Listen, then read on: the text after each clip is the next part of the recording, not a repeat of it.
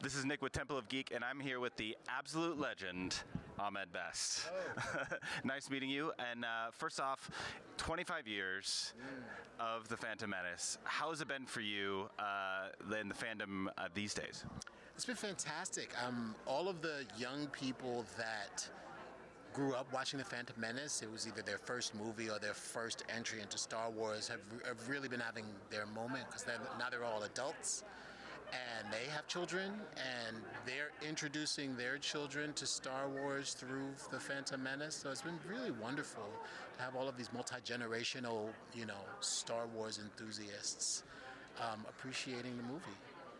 And you've been doing Jar Jar throughout the years. The Clone Wars story arc that surprised me the most was you and Mace Windu. Yeah. That just worked. It was just an amazing storyline, and it worked. I don't know what. Yeah, it was like a buddy cop movie.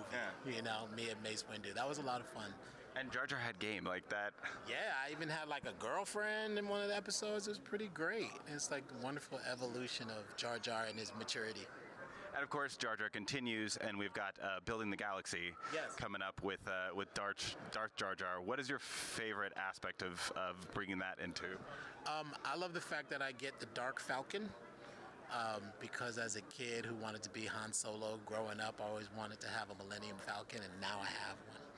So it's going to be really fun. It's really funny.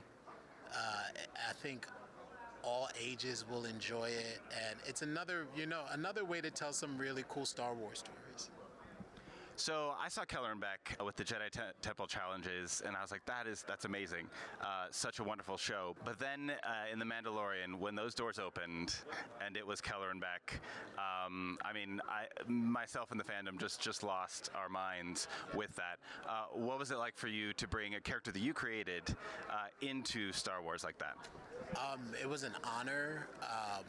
Star Wars has always been something that I've dreamt about, ever since I was a little one.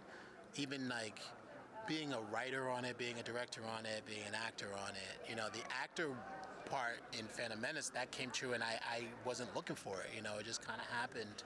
But with Kelleran, I had much more control over the narrative, and there was so much that I wanted to do with that character, and I wanted to see it evolve over Jedi Temple Challenge, over the game. And when the game ended, I didn't want to let him go.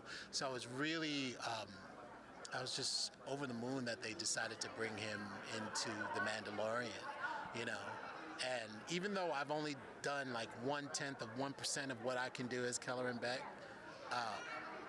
it was just really exciting to be able to see the other side, right? See the Jedi side.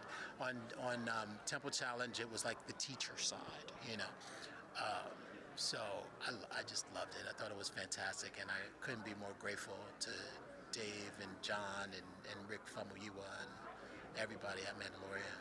And you've got a rich martial arts background, and you brought that into Kelleran Beq. But I believe Kelleran has a nickname, right? Yeah. And there's a meaning behind that. Yeah, Kelleran's nickname is the Sabered Hand. And I came up with that in Jedi Temple Challenge, but the Sabered Hand has a lot of different meanings.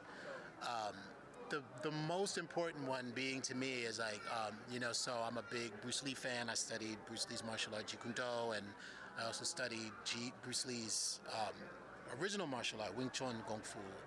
And a lot of Wing Chun is about being formless, being like water, whatever happens, you can adapt to it.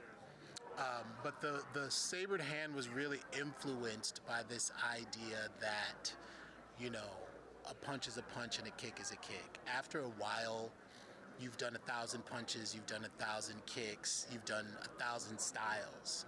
But it really is about the simplicity of the hand that wields the weapon. And it's about being economical and efficient when you are playing or fighting, right? It really isn't about being flashy, or being extravagant. Although I can do flashy and extravagant moves, the one move that's the best move is the move that works.